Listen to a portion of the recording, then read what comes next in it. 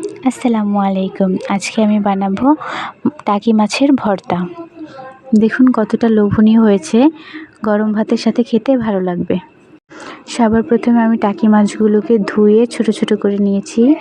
এখন এক সাইডে কাঁচামরিচ এবং পেঁয়াজ ভেজে নিচ্ছি। পেঁয়াজগুলোকে বাদামি করতে হবে। দেখুন আমার টাকি মাছগুলো ভাজা হয়ে গেছে। এখন এগুলোকে আমি কাটা ছাড়িয়ে নিয়েছি। কাটা ছাড়িয়েও একটু হাত দিয়ে ঝুরঝুরে করে নিচ্ছি, যাতে ভর্তার সাথে ভালোভাবে মিশে যায়। এখন আমি একটি বাটিতে মরিচ নিয়ে নিয়েছি এবং সেগুলো লবণের সাথে ভালো করে চটকে নিচ্ছি।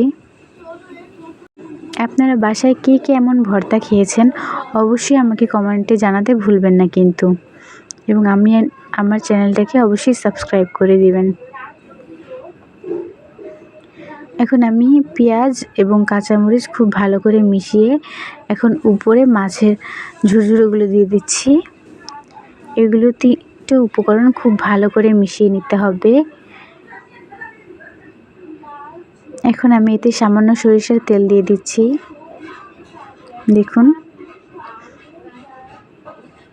এই তো হয়ে গেল।